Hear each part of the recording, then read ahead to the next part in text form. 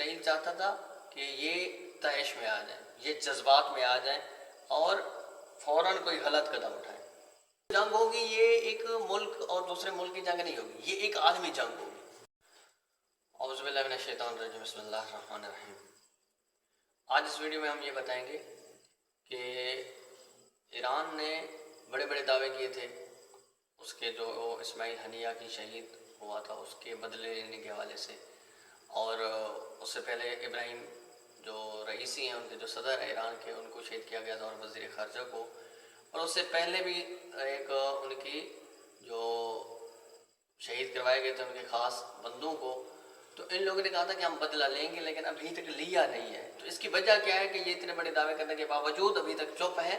تو اس کی ایک وجہ ہے، وہ یہ ہے کہ کیونکہ اسرائیل چاہتا تھا کہ یہ طیش میں آ جائیں، یہ جذبات میں آ جائیں اور فوراً کوئی غلط قدم اٹھائیں۔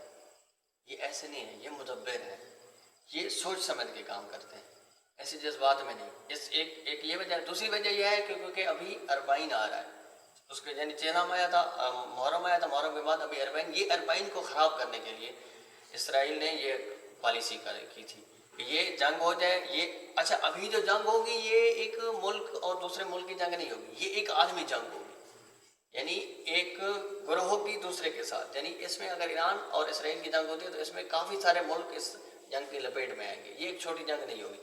تو اس وجہ سے کیونکہ ایران ہر معاملے کو سوچ سمجھ کے ہینڈل کرنا جانتا ہے اور اس کو کیسے مینج کرنا جانتا ہے، اس وجہ سے اس نے تقدیریں بن رہی ہیں، یعنی اس کی پالیسیز، اس کو بدلہ لینے کے معاملات چل رہے ہیں۔ بدلہ لیا جائے گا، چھوڑا نہیں جائے گا، لیکن محرم صحیح سے گزر جائے اور چہلہ میں حسین اربعین ایک جو مشی ہوتی ہے مولا حسین کی، ایک انقلاب برپا کرنے کے لیے، اس کو خراب نہ کیا ہو، اس کو صحیح انداز میں ہو جائے، پھر اس کے بعد اس کا بدلہ لیا جائے گا۔ اور یہ جو بدلہ ہوگا یہ اسرائیل اور امریکہ کی نسلیں یاد رکھیں گی۔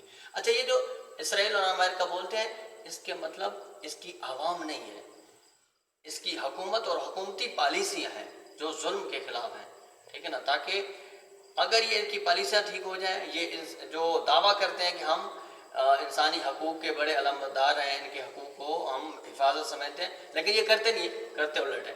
یہ جس ملک میں بھی جاتے ہیں وہاں کی معدنیات، وہاں کے ذخائر، وہاں کے مال و دولت اپنے ملک میں لے جاتے ہیں اور اس سے پیسہ بنا کے دوسرے ممالک پہ چڑھائی کرتے ہیں اور ان کو لوگوں کو قتل غارت کرتے ہیں اور ان کے حقوق غصب کرتے ہیں، جو کہ ظلم کے زمرے میں آتا ہے۔ تو ایران وہ ہے جو جہاں بھی ظلم ہوتا ہے اس کے خلاف کھڑا ہوتا ہے۔ تو یہ بدلہ لے گا، یہ بات اٹل ہے، لیکن اس وجہ سے ابھی تھوڑا خاموش ہے کہ محرم صحیح سے گزر جائے، اور محرم بعد ابھی اربعین آ رہا ہے، اربعین کی مشی ہو جائے، پھر اس کو جواب دے گا انشاءاللہ۔